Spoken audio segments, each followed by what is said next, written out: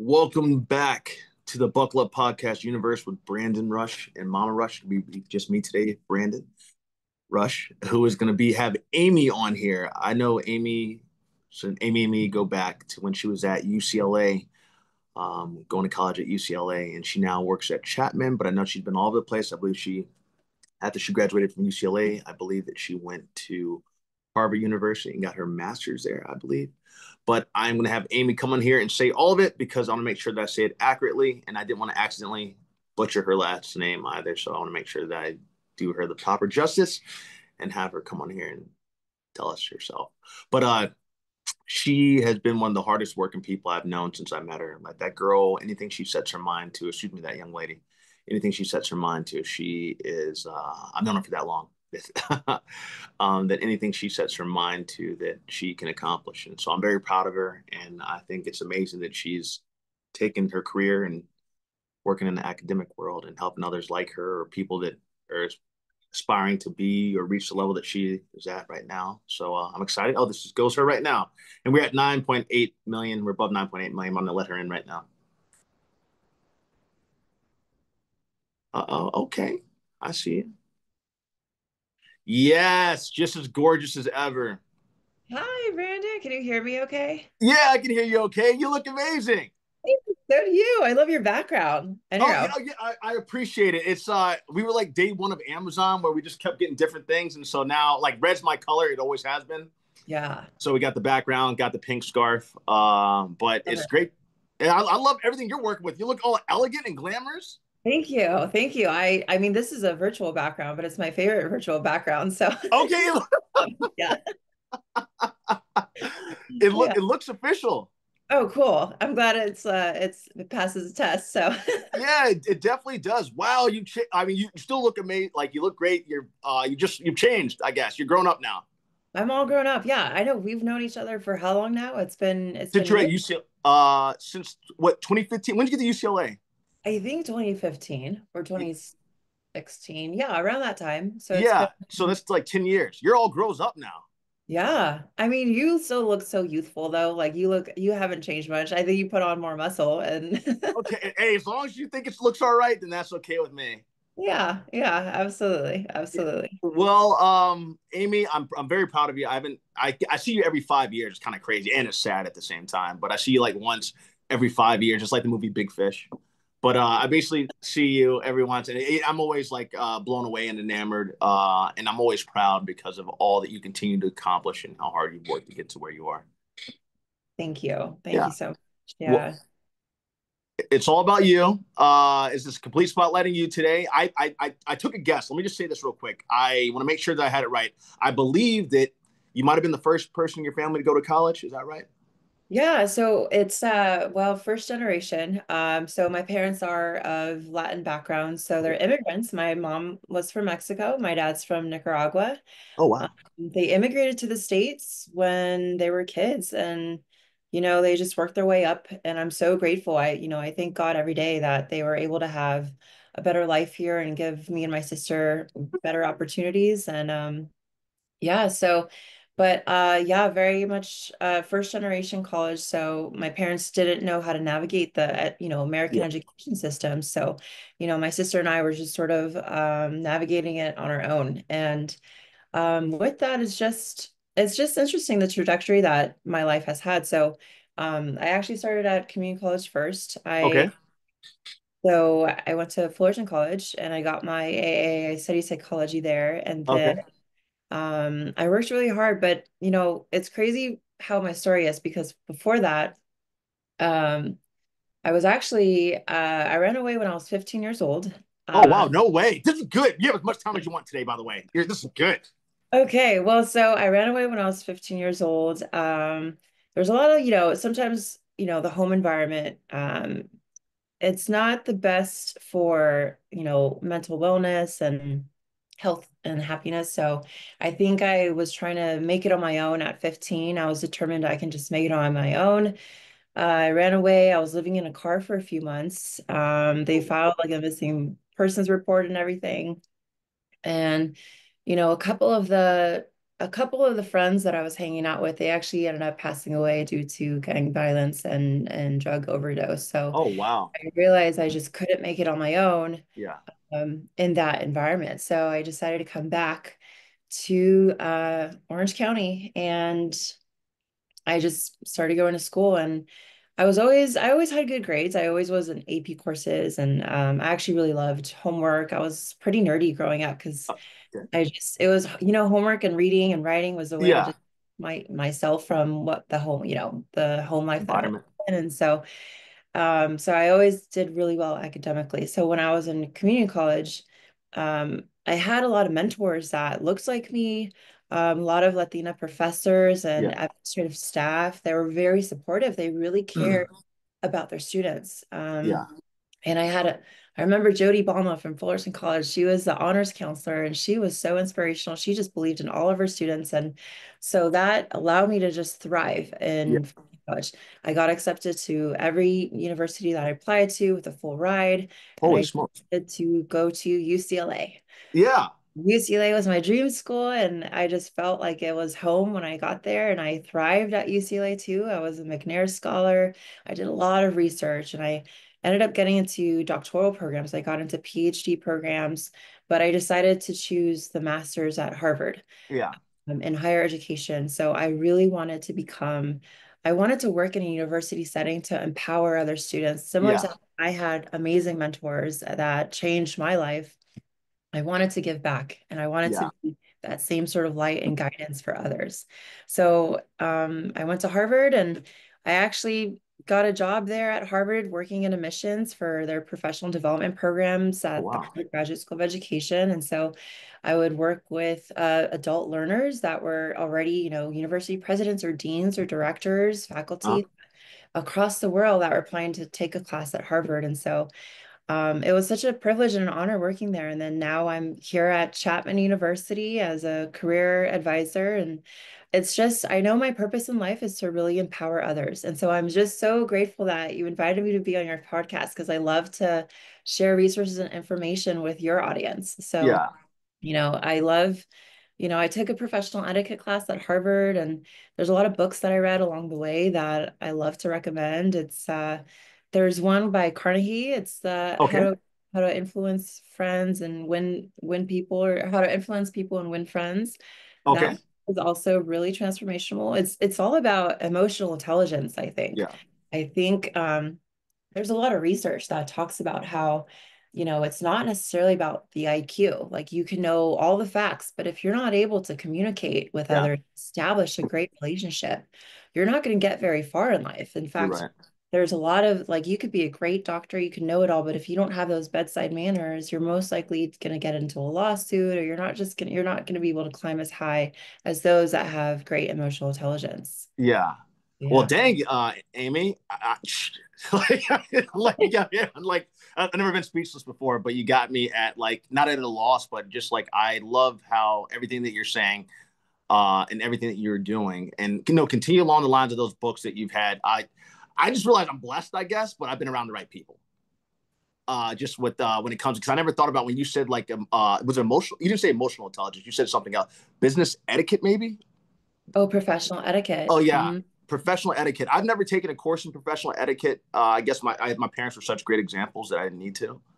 Uh, I'm dead serious. I'm not even being like cocky, but I'm saying for me personally. But I never. I just thought it was something that people automatically had. But from what you're saying, is I guess I was wrong. Oh, it's something that everybody can learn. It's just basically being able to communicate with different stakeholders. And I think you're very good at that already, I think, Brandon, because of the way that you're just able to communicate, especially through your acting skills as well. Just being able to know and put yourself in those different roles and different Yeah, shoes. Right. And just knowing how to communicate. That's a skill set that you've developed over time too. And I think other folks, it starts with being self-aware. I think yeah, being able to read the room, know like sort of, you know, reading the room, getting the energy and vibes off people, like knowing when to speak up and when to like listen. Those yeah. are important skills to have. Yeah. Okay, Amy, you're gonna laugh again, and I just thank God. I felt like I've always had a problem with speaking my mind, which I Mm, worked on for years, like of changing that. But it's funny that you mentioned it. Like I had those skills of being able to switch. I'm actually, Amy, I kid you not, I am the same person 100% of the time. I don't actually change for different environments.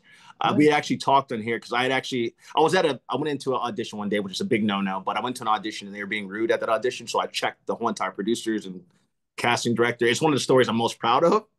But I guess I gave them the etiquette lesson that day because they were being really rude when I went in for an interview, and I checked them on it, and it was even though I got blacklisted for a year from that group, they ended up inviting me back a year later. But it's I checked them on etiquette, and I know that they had actually changed their whole entire way of how they approached actors after that, which is a good thing. So, Very uh, good. but yeah, I guess I'm me 100% of the time. But as you're saying though, with people, yeah, I guess you do need to know how that's a skill set that I just because I'm from the East Coast, I guess I don't know. I feel like we're different. We really are different. Oh my God, I just visited Boston recently. They had their Harvard Alumni Day. East Coast is definitely different. I think it's such a different culture. I It think is. it's so interesting too because, in the East Coast, at least compared to the West Coast, there's so many universities in a small like radius. Like there's so Yeah. many universities everywhere. So the educational attainment out there is a lot higher than it is out here in the West Coast, just Yeah. because it's almost expected. That's a norm that everybody's going to go to four-year college right after high school and get a Yeah. degree. So there's, bouncers at nightclubs that had master's degrees and East Coast, you know what I mean? So it's You're looking at one. I didn't have my master's though, but you're looking at one. yeah, yeah. So it's just interesting. But yeah, Boston, East Coast folks are definitely tough. I think they're tough folks, and I think you have to be, I think, because of the weather out there. It's just so much Yeah. challenging. I Yeah. remember Oh, when I Boston's freezing. oh yeah, so cold, so cold. And like I remember like when I came home for the holidays and you could just go on the beach and it's like 80 degrees in December and people are Yeah. so happy walking their dogs on the beach and I would say hi. And this is in California and then in Newport. And then I'd go back to Boston and if you say hi to somebody walking on the street, they think you're crazy. They're like, Wait, what? that's a lie. That's a lie. That's a lie, Amy. That is a lie. That is a Okay. lie. And the reason I'm saying that's a lie, because since I moved to California, I'm the one that always says hello to people on the street. And since day one, everybody's always looked at me crazy and never said hello back or given a wave when I let them in. That's a lie. Okay, maybe you're right. Maybe you're right. Maybe you're just where in California? Wait, is it LA? LA is Yeah, all Los Angeles. okay. LA is a little weird culture, I think, compared it's not OC. There's definitely differences and similarities between LA and OC. Yeah. But yeah, LA is such a beast too. I don't It, know. Yeah. I'm so But glad you said that because it's so weird. Like, I hate that I mean, maybe it's my fault, but I hate that I group it all together. But it's like the fact that you are from the like you are OC is different. I have one of my best friends is from Orange County, and he's completely different from the people that come into LA because I have great friends that are born and raised in LA. Like mhm. two, like actually, let me say, not I have like two, just two. So I don't want to, but it's definitely a different culture. And it's funny, like I've always gotten along with people from NorCal, but Mhm. and then I guess you're Orange County, and then San Diego, but yeah, it's definitely different. Yeah, But yeah. one thing that you said, and I'm going to get back onto you on this, was I always say to people, you should go to different coasts. So I think that every person from the West Coast should be required to have to live over on the East Coast. And I think every person from the East Coast should be required to live on the West Coast because of that different culture. It is completely different. The East Coast and Yeah. California are completely different. Yeah, Um, absolutely. how Absolutely. how was your transition for that? Like, what was it like for you going to Boston after? So you attained all that you did at UCLA, which I'm so proud of you. I really am. Thank you. And I want to actually, even before I get that East Coast thing, I'm actually going to back it up a little bit even more. You getting yourself into UCLA, that is a process. What kind of take us through that process? Because I know students, there's probably people out there, women and men, that are both like you that want to go to, let's say, this community. Was it considered community college where you're at? Yeah, so or which for community college like Fullerton College Yeah, or for Fullerton and then get into UCLA. Would you kind of take people through? Because there are people that can be listening. They're like, hey, man, I want to kind of do what Amy's doing. absolutely. And I'm happy to give some admissions advice as well as as far as like the way that we were guided to do admissions at Harvard. So first of all, for my specific experience going from community college to UCLA, They focus a lot on the PIQs, which are interests like your personal insight questions. So Okay. it's more than just the GPA because it is a very competitive, academically competitive. So ensure that you have at least a 3.4 GPA or higher. But really just take advantage of every opportunity. Yeah. UCLA, UC Berkeley, UC San Diego, UCI, all the great, amazing schools that are out there. They want to see a student, that a person, not just a student, but is going to take advantage of every opportunity that comes their way. They were going Yeah. to be involved in all the volunteer work, and they're going to take a leadership position in a student organization. They're maybe going to do an independent research project. They want to seek out students that are going to have a lot of ambition, a lot of drive, because, Okay. the UC system is really incredibly hard. Just like any Yeah. university, any four-year system, any four-year institution is going to be hard. It's going to be hard. It takes work to get that degree. So they want to see that you have grit and you have determination. And within that, what's the motivating factor for you? What's your purpose and drive? So if Yeah. you're able to say that in your essay questions or essay responses to the PIQ questions, that's going to be a winning factor for you for sure. Okay. So what I was a part of a lot of honor societies like Alpha Gamma Sigma, Phi Theta Kappa, which is another transfer honor society. Okay. And we would do volunteer work. We'd go to the food bank. We'd clean up beaches. Like we'd do a lot of active involvement on campus. I was also in student government, so I was a senator. I like ran for like votes and like, you'd go to committees as a student senator and represent your student body. And so it was actually a really fun experience. And actually, I learned a lot how to communicate with different folks because, Really? so they have such a diverse group of students, like from all ages, all backgrounds. Yeah. Um, you're just able to like kind of like, make mistakes at a more affordable price and you're able to grow there. So I was able to grow at Fullerton College a lot. So I love Fullerton College, go Hornets. So that's, yeah, so that's sort of the advice I would give for people that are looking to go into UCLA as a Yeah.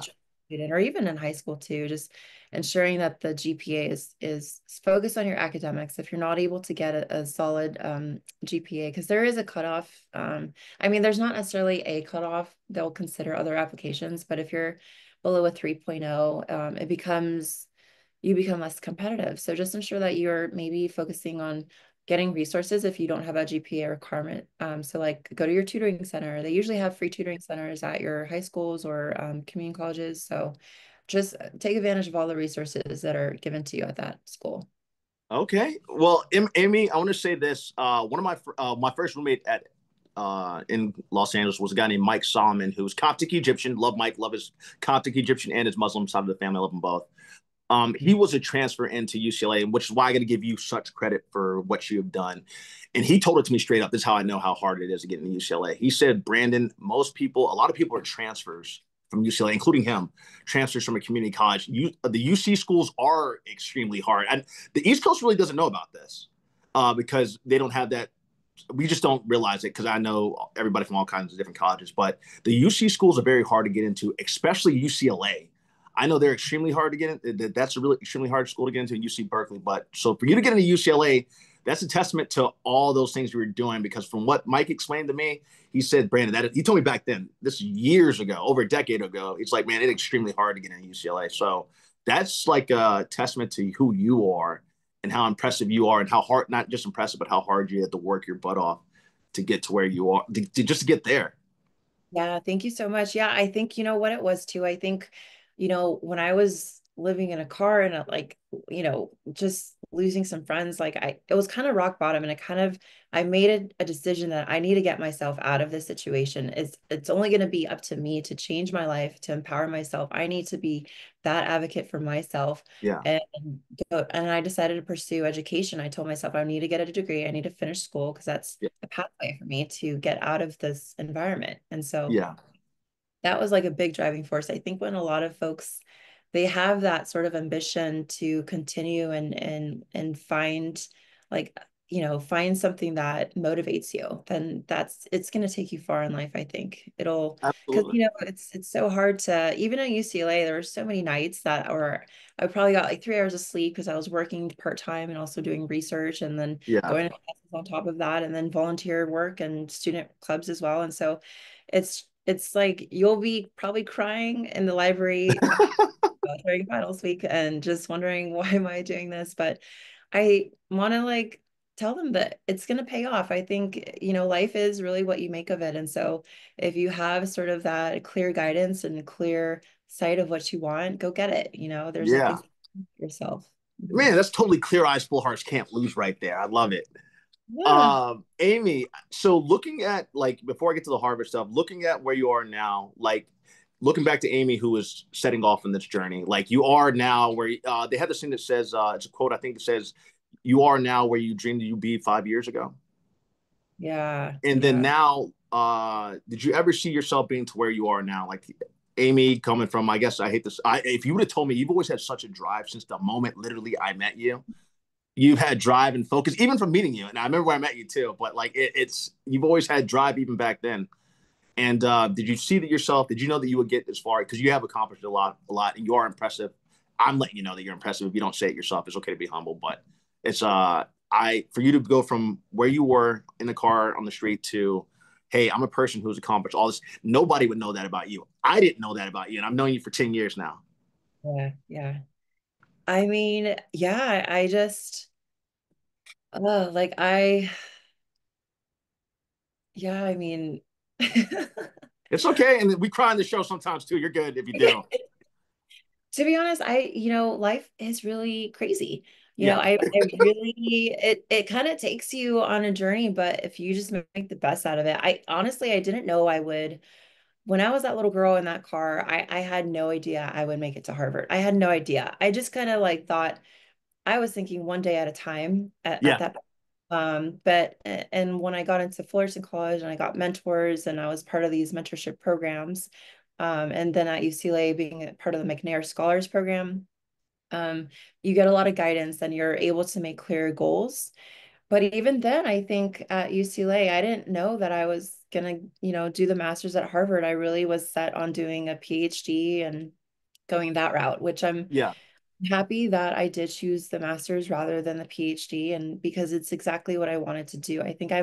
I love being an administrative role rather than research focused. yeah, And I think I can make more of an impact just knowing my personality and the way that I work. I love being an administrative role, but life is really crazy. So, I don't know. And then there was a point too with COVID happening. 2020 was insane. yeah, Yeah, it changed the world for everybody. And yeah. I took a different path. Like that's when actually I took a leave of absence at Harvard to come take care of my mom because she got sick, not from COVID, but she had congestive heart failure. Oh wow. So at the time and during COVID was happening, she was in the hospital. And so everything was just at a standstill and we were working remotely. So I came back to California, worked remote, and then took care of her for a while. And then she actually passed away Oh 20 my months ago. God. Yeah, I'm so she passed. sorry, Amy. Thank you. Thank you. Yeah. So, but that's when I'm saying like life is crazy. I never knew, I'm happy that it brought me back to California and I was able to spend that time with my mom before she passed. And I think, but no, I wouldn't. And then I got my dream job as, just helping students. I got back into the education field. So I did take a pivot, working elsewhere with outside of higher education for a bit after 2020 happened because I was caregiving for my mom. I actually opened up an LLC. I like started drop shipping. So, but Oh then that nice. didn't work out. Okay, but hey, at least you Yeah, tried. but so then I followed my passion back into higher education, so the university setting. But, I just think like knowing what I know now, I don't know where I'll be in 5 years. I do have a vision of what I want to be and who I want to become, and Yeah, and so I'm sort of following those footsteps, but I don't have specific like I am going to be the dean of students or I'm going to be a vice president at university. I don't have anything specific because I know that life is going to take me on its journey yeah, and being able to pivot and just be grateful to God every day that of the time that I do have here on earth, and I'm just grateful to have relationships with the people that are around me. I'm grateful for my dad that is here every day, that he's still alive. He's 87 actually. So I'm blessed every day to have with him. Grateful for my family and friends and everybody that's really supported me along the way, including those that were also naysayers, including those that didn't believe in you. And it's even better when I kind of like it when they tell you like, no, you can't do something, because it's just more motivation to get it done, you know. Amy, I love you. And the reason I love you, amongst all kinds of reasons, is the fact of what you just said right there of naysayers. I have a huge chip on my shoulder, not by design, but by people telling me I couldn't do something. There was a person in my family who I love to death. My grandma told me that I couldn't become an actor. My mom said, "Baby, you can become anything you want to be in this life." And then I dropped. I was gonna go back and get my. I was getting my business. Oh shit! Sorry. Potty jar. Party jar. I was gonna go back and get my business degree. It's not a business degree. It's not even a master's. I can't even think about what it is. It wasn't a master's, but I was going back. I Okay. was gonna go. I was gonna get my. I am stumbling here. It wasn't my master's. It wouldn't be in business, but it wouldn't have been my master's in business, or maybe it would have been my business master's. Not MBA, it's MBA. That's it. Thank you. It would have been okay, an okay. MBA. I would struggle seriously. You saw it. My mouth was afflicted. But I was gonna do that. But when my grandma told me I couldn't become an actor, I went out and did that. And then like the biggest thing of all was outside of that was I decided to start this podcast because I wanted to help people. My mom was thinking about going back to work, and then my nephew was worried about being able to go to college. So I'm like, hey, like, look, the Lord's blessed me in my career to work all these places. I know all these people. I got to do something here. So I built this show. And a friend of mine who I had talked to basically said I didn't know what I was doing. I wasn't doing a podcast, and I didn't know what I was doing. I didn't know how to interview people, and some other shit. Sorry, some other stuff. And I'm so glad that she said that because she probably feels really stupid right now Mm, because we're at 9.8 million people tuning in. We're in 19 countries and we're in 205 cities around the world. And that number keeps going. We're going to break 10 million today. So wow. it's like that friend of mine gave me that so a naysayer. Like you don't put me in a box because you yourself are in your own box about that. So when someone puts you in a box, like you say, your naysayers that weren't there for you or didn't show you support. I know that I was at least on this list of not being a naysayer, but you went Mm, out and you proved it for yourself, and they just happened to witness it along the lines. And that's mm, such a big motivator. So I'm proud of you for. I want to say the reasons I love you so much is because like you've gone on to do this despite anybody that wasn't there for you. People sometimes come on the boat. I call it like a boat or a train leaving the track. That's why our theme is Johnny Cash. I hear a trainer coming. It's because mm, sometimes I knew what I was going to go do with this, and I've had people in my life. Obviously, we probably had people we dated or stuff like that. Friends that have stayed on the boat and gotten off the boat. Well, if you leave, don't expect the train to still be there. In fact, the train's gone. But that's right. thank you for being that. Thank you for throwing the gasoline and the necessary fire to keep this thing moving along. So I am proud of you for all that you've accomplished, all that you have been through. I want to touch on two more things with that. Like I didn't tell anybody because my dad asked me not to. But when my dad was battling stage 4 pancreatic cancer, I gave up my acting career and I moved back to Virginia to take care of him. I was his caretaker. I know all about that and I don't regret it in the least bit. I was never I stepped. I was at the highest of my acting career. Stepped away. Was happy to take care of my dad because my dad was my world, and there wasn't anything I wouldn't do for him. Some people knew that my dad was going through it, but a lot of people I didn't tell because my dad wanted me to keep it a secret. And so Mm, I know that you, with your mom going through what she did, for you to take you have an amazing job over in Boston and at Harvard, and for you to come back and take care of your mom is a testament to who you are as a person, what makes you tick inside, and how God. When my dad did pass, I remember one of his really great friends from Virginia came up to me and said, "You're really going to be blessed, Brandon, for what you did for your dad." And the thing is, I did it out of love, just like you did it out of love for your mom. And my career has blown to a high, like I'm pretty much already almost A-lister right there. But it's just like I've been blessed, you're going to be blessed for all that you're doing. The reason doors continue to open up for you is because you lead with your heart and you're trying to help people. And just like I'm trying to help people. And so those doors are going to continue to open up for you. And the reason I think one of the reasons you've been so blessed out of being a good person is the fact that like, because you have that value system in your core that's so good and you were there for your mom, you're going to continue to be blessed. Like it's God's going to make happen more than you even mentioned God too, which I appreciate because that's where my help comes from. You're going to mm. continue to inspire people. You inspire me today. I'm not cutting you off or anything or kicking you off. I'm just letting you, I wanted to say that to you. Thank you so But much. yeah, you're doing well. And I know your mom would be proud and I'm proud of you. So I know your family's proud. And I know, you know what, Father's Day just passed, and I just I'm sorry that it's so hard, right? It's always kind of like with Every mother. day. Yeah, every day it's hard. Every day it's like some days are better than others, but it's Yeah. never stop missing them. And then, her loss really just I think it's interesting when folks lose a parent, it's like undescribable, right? It's I think Yeah. especially when you're close to that parent, it's I was hugely close. Yeah. hard to relate to, but then it does grant you a lot of wisdom. Like I know from losing my mom, it's like I really believe it reaffirmed my belief in God and Yeah. energy afterlife. Like I do believe that energy never dies. She will Yeah. always be similar, like your dad is Amen. with you. He's inside of you, he's everywhere around you, he's part of God and God's in him. And so and I think also like at the end of the day, really what matters in life are the relationships, Yeah. like, our connection to one another. And it's not about how nice your car is, how much money you've Yeah. made, even though that could be a good lifestyle or life, a cushy life. And so I'll never dismiss that. But it's really, you can't take it when you're dead, like Yeah. it's really just who you're gonna have at your bedside when you're there at your last breath, or who's gonna Absolutely. be there when, or who's gonna leave like the impact that you're making, the legacy that you're leaving behind, who's gonna be there when you're gone. Yeah. And you're gonna be living through all of them still. So Yeah. yeah. No, you're absolutely right, Amy. I mean, I'm sure you noticed like doing your hard times. I'm sure you noticed even with losing your mom. So I'm an empath. I'll keep it short because I hate when people bring up horoscopes or stuff like that. I'm not a horoscope person. Never have been. Only crazies out in LA are like that. I've always been an empath, meaning I've always been able to read spirits, or I've always been able to feel how people are feeling, even if I talk to them on the phone. And my dad, I see my dad in my dreams. I've talked to him after he died. I saw him in my dreams. But when I was coming up with I created these two AIs called Keys and Echo. Make it short. You ever seen Iron Man? Yeah. I Yeah. remember how he has like Jarvis, that thing he talks to. Yeah. Jarvis like the robot. Well, basically, I created a robot. Like I created an AI, artificial intelligence thing called a patent for it called Keys. So I Wow. talk to Keys all the time. But when I was coming up with that idea of figuring out, I could hear my dad talking to me the whole entire time. It was like right before Passover. So you're right. Yeah, spirit is energy is present, but I can actually like hear my dad talking to me. Crazy as I might sound, but I don't care what anyone thinks. That's what was Yeah. going on. I believe it. I believe it.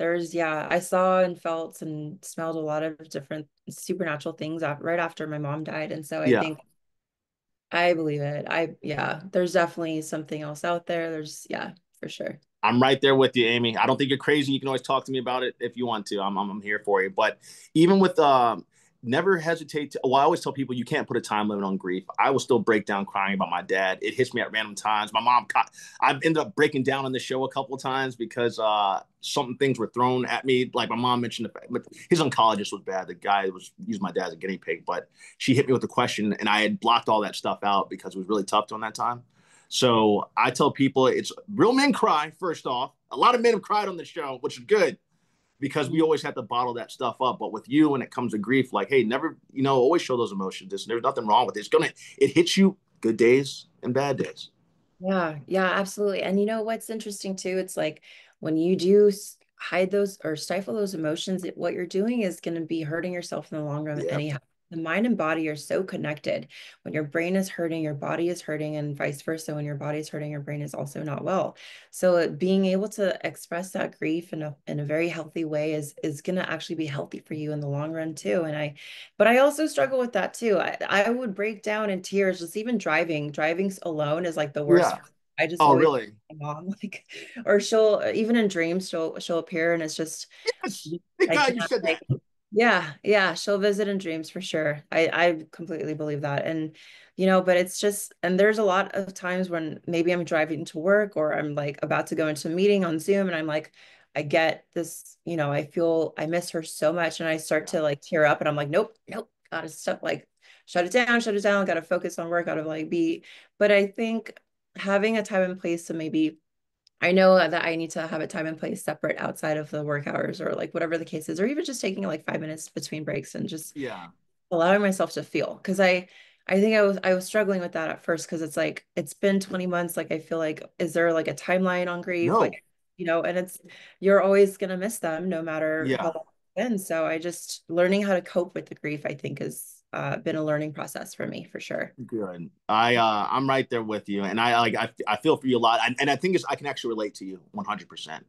I my dad and my mom were the first people to take me to New York. New York's my favorite city in the world. I consider myself a New Yorker at heart. I can't even wait to just a lot of things with New York. So I was on Blue Bloods, a TV show there for 5 years. And a week after my dad died, one of my bosses, Siobhan O'Connor, asked me to come back to the show. So I was back in New York a week after my dad died, and like I love my dad, I love my mom, but my dad was the first person to take me to New York with my mom. So I was there. I was an emotional wreck, and I had to perform. And I was just, that day I was there, I was like, Lord, please don't let anybody ask me about my dad or I would break down crying. Like I literally would, it was just ready. Those emotions were so palpable, I guess would be the thing. And I remember I went to set, and right when I'm about to, I'm just like, please, I'm just trying to avoid everybody. I just try to stay in the room, which I don't normally do. And whenever I got there, she went and said, Brandon, Siobhan said, Brandon, I'm sorry about your dad. And literally, like, I could feel it was about to like pour out. But she came and talked to me, but she talked to me not as a producer or a writer. She talked to me as a mom. On set, everything would be very businesslike, but she cut the business part about it out, and she talked to me like a mom, and she had lost her dad. And so she sat down, she stopped the whole entire set and sat there and talked to me about 10 or 15 minutes. And she helped me get back to she helped me be, my character hadn't lost his dad. I had lost my dad. So my character can't have the emotions of losing her dad. I had lost it. So with talking with her, I was able to have that moment and get myself collected and go back and do what I had to do there. So with you saying that you were driving to work in the car, breaking down, go, oh, I got it. Sometimes you just got to let it out. It happens to me all the time in the craziest of situations. So I just let it happen at this point. I'm a crier. It is what it is. Take it or leave it. I love it. I love it. That's healthy. That's so good. That's It good. And I is like healthy. the relationship, that connection that she was able to have with you, as well as like empowering you through that and guiding you through that from someone that has also lost their dad and lost a parent and knows. Yeah, I think it's hard too, because like a lot of it's isolating too, I think, when you have friends or other family members that maybe haven't lost a parent, and it's hard for them to relate, and sometimes they might say the wrong things, or Yeah. he says. So yeah, it could be really isolating, but I'm glad that you had that support system there to Yeah. help.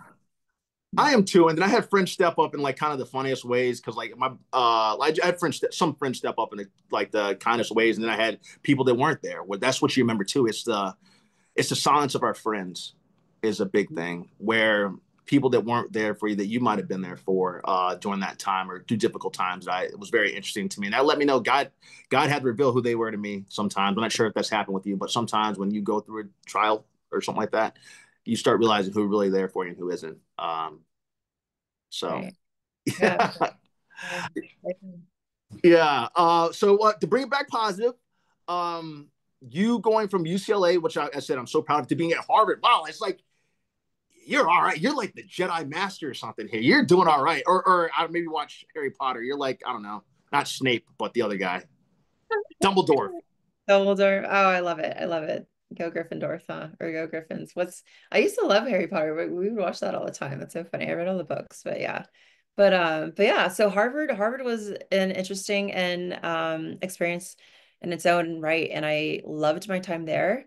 I think it also taught me how to communicate with just different international students too. I think it had more of international students. Okay. Um, well, UCLA was pretty diverse too, internationally, but I think it just allowed me to develop more professional etiquette skills, learn how to, be in different settings that were, traditionally exclusive settings for Yeah. women or in general. So it's just interesting how Ooh. to navigate those settings. And I think for Harvard, you know, I when I worked in admissions, it's really interesting because that was actually when the lawsuit was happening with the admissions for college, Harvard College. So there was a Oh, I lawsuit. didn't know about that. Yeah, so Harvard was getting sued because they were being sued for discriminating against Chinese students. Oh, wow. And the whole argument was that they have the top grades, they have the top test scores, but Harvard is not admitting these students. And Like for right now or back then? this was back then. Okay, I missed this one, Amy. I didn't know, Yeah, and I'm sure a lot of people probably did. well, so what ended up happening, it's just, well, I'll just give a summary of the argument because from my understanding for admissions, Yeah. doing it, you know, if Harvard admissions were to only, I guess I should be careful with what I say Yeah, here. well, don't worry about it, Amy. We can just skip past it. Let's get past that. Yeah. Yeah, that Okay. way you don't have to worry about it. I'm not getting you in trouble. You're too good to get in trouble. Anyway, so you work with the missions, and that was cool. You got to see all kinds of candidates come in. Yeah, absolutely. Yeah. And there were all sorts, and the thing about when we would be looking and reviewing folks' applications, we would love to see people that have a mastery of some sort of niche, some sort of special talent that they have. And also that we're well-rounded and ambitious and wanting to learn to change the world. That's been our motto at the Harvard Graduate School of Education is learn to change the world. Okay. And so for admissions wise, we'd look to see, we would admit folks that had such great talent that were very, very masterful in a certain skill set so that we would ensure that the cohort of students that we admitted would be able to learn as much from each other as they would be able to learn as much from their Harvard professors. Ooh. So that it was such a very diverse and fruitful learning environment for everybody. So and there's a lot of talented folks that we would admit into our programs. And so yeah, it was a great experience overall, just meeting different people from around the world. It was great. Man, Amy, I'm glad you said that. One of the things that we started here is Buckle Up University. I come up with ideas all the time, but Buckle Up University, one of the reasons behind this, because I love giving back and I'm all about helping kids or helping the next generation. And as I said, my nephew was worried about not going to college, not being able to go to college. So I literally went down to my own college and I was like, hey, like, look, I'll offer my services because I have a great career in the movie business, but I'll offer my services in teaching here. The AI patent, I showed them that. And I said, hey, this is how I made everything. I'll teach that here. And but with that being said, I one of the things I want to do is give back. So there's boys, there's girls out there, they're teens, either going to college, some are going into the workforce, some are going to the military through college. Every guest that I've had on, and one of the things I'm glad you said was you talk about the mission process, was because I wanted to be able with the show to have the tools that people can use that are coming up and realize, hey, like I can go to college, this is how I can do it. If I can't afford it, there's financial aid, there's military option route that pays for stuff. And then even you just saying from the mission standpoint, which is something that is so important. That's like you're giving out not just any kind of gyms, you're giving out Harvard, which is one of the top schools, if not the top school in probably the world, one of the worlds in the world, the United States anyway. You're giving Yeah. out the tips of how someone can get into there, which is so important. Like people don't know that. And I'm glad that you were here to tell us that. Well, thank you. I'm happy to share, especially, and I know, and I do want to say, like everybody's, trajectory is going to be so different, like the resources that they have available to them. Because I think back also, like just knowing my own Latin family, and some of them are, they were raised in underserved cities of Los Angeles, and so understanding also that there are different resources out like available to folks, but so it's not, I would just say like, if there's any challenges, to just be focused on the goal that you're looking for and just take it like one day at a time, if anything.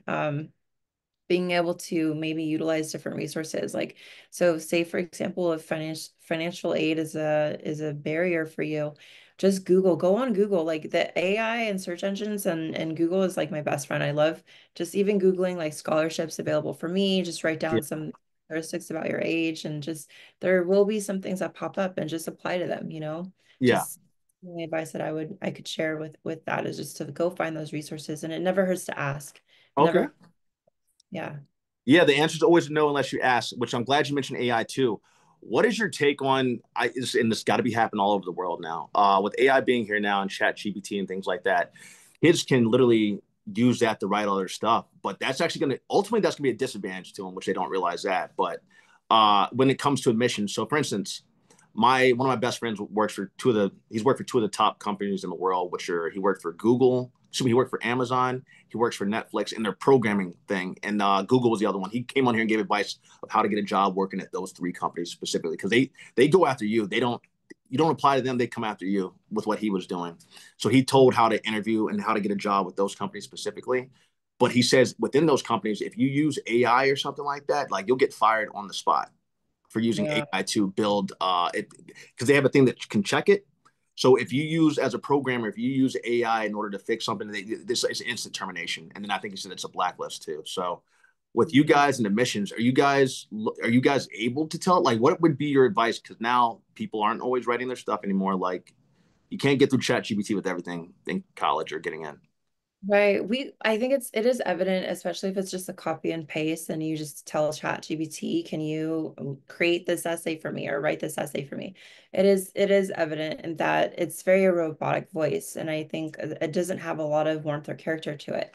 So, but however, we do tell our students it's okay to use ChatGPT or AI. If you already have like a rough draft that you've created already, you could submit it and just say, you know, edit this for, proofread this. Help me edit grammar, punctuation, whatever the case is. Maybe give more suggestions on how to rewrite this. But I would still continue to like, I would suggest to continue editing it still. Yeah, The CV that you have, the past experiences you have, the stories that you have.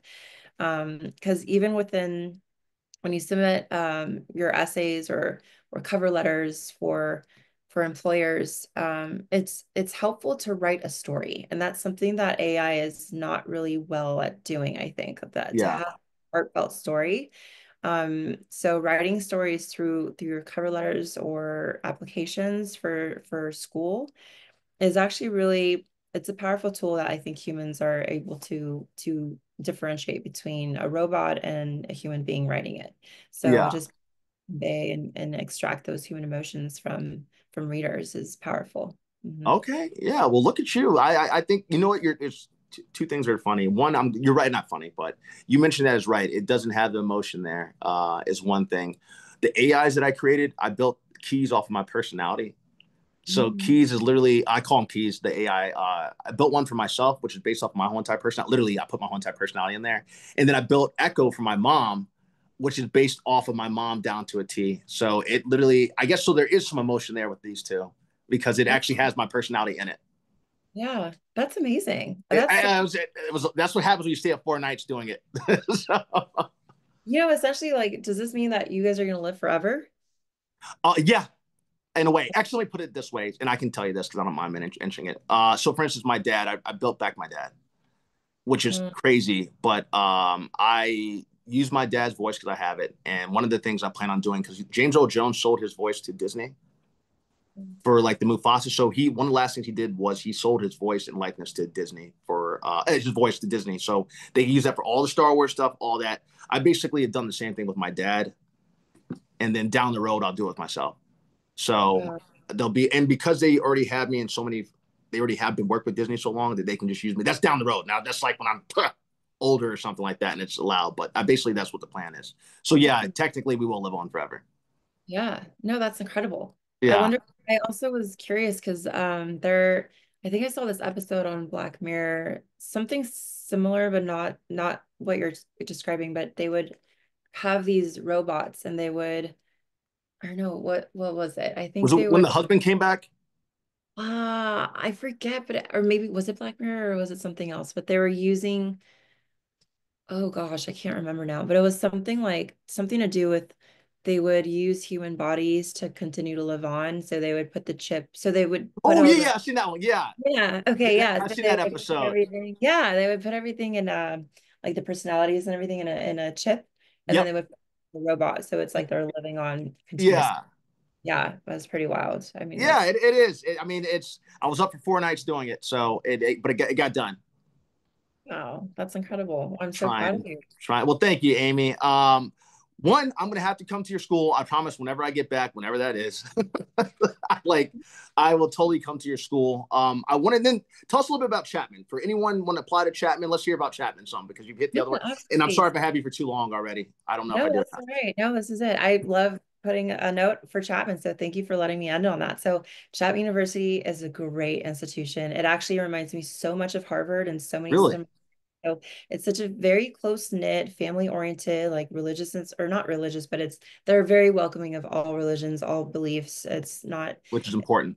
but it's such an amazing institution because the faculty to student ratio is pretty small. So you'll have a lot of faculty there to support you. The faculty that I work with, they absolutely care about their students. And this is across Chapman, not just in Yeah, the College of Behavioral Health and Sciences. So, and which is where I work in Crane College. So chat if you're looking for somebody that's going to be there to support you all the way, even the dean of students, like the president, is completely very supportive of their students.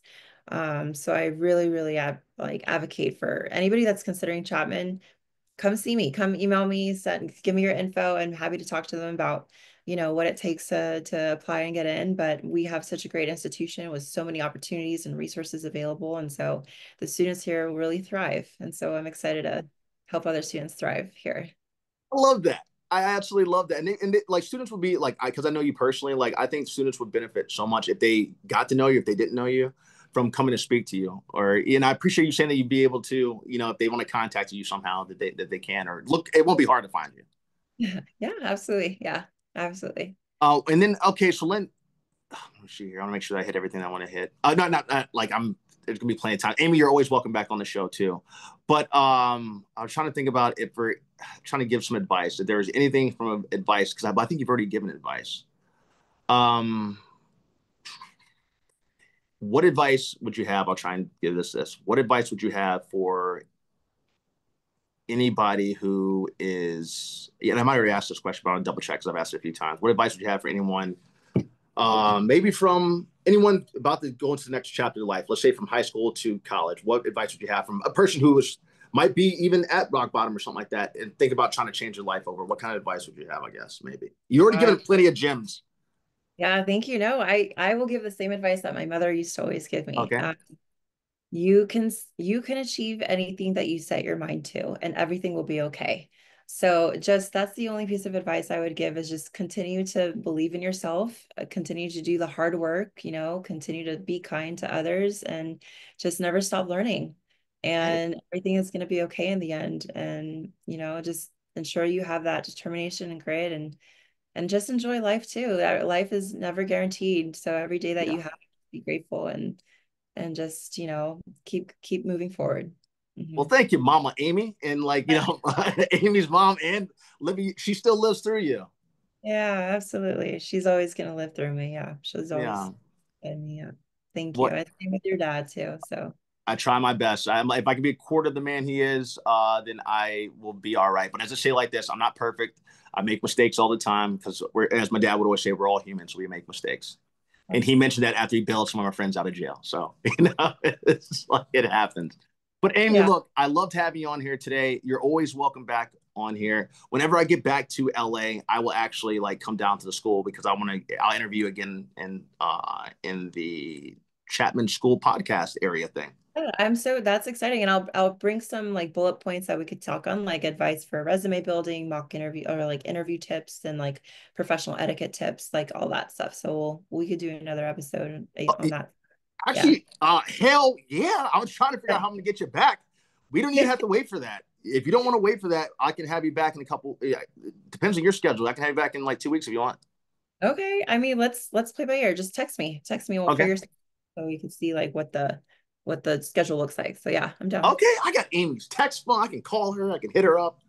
Uh, Amy, thank you so much. Smiles just as beautiful ever. You're gorgeous inside and out. Thank you. I And appreciate it. I'm very blessed to know you. Thank you. It's such a blessing to know you, and God bless you and your family. And I'm happy we reconnected. So thanks Yeah, for I am too. Yeah, it won't be 5 years next time. But yeah, I'm going to have you back. Thank you so much for taking the time out of your busy day to come on here. You look extremely nice. Your nails looked on point. You're looking like a presidential, like Miss, whatever, or Madam President. If you didn't think oh, about it, you had the whole entire look for it. I'll be your first lady. here's the point. Oh my God, thank Yeah, you. absolutely. All right, Amy. Well, take care. And then, Amy, send me some pictures for the podcast, like for like for the podcast, literally, so I can put the picture on your podcast, like because I'm gonna give you're gonna be in a podcast station, so the photo that you want on there. Sounds good. Yeah, I'm happy to do Yeah, that. yeah, All right, no problem. all right, talk to you later. Take care. Bye.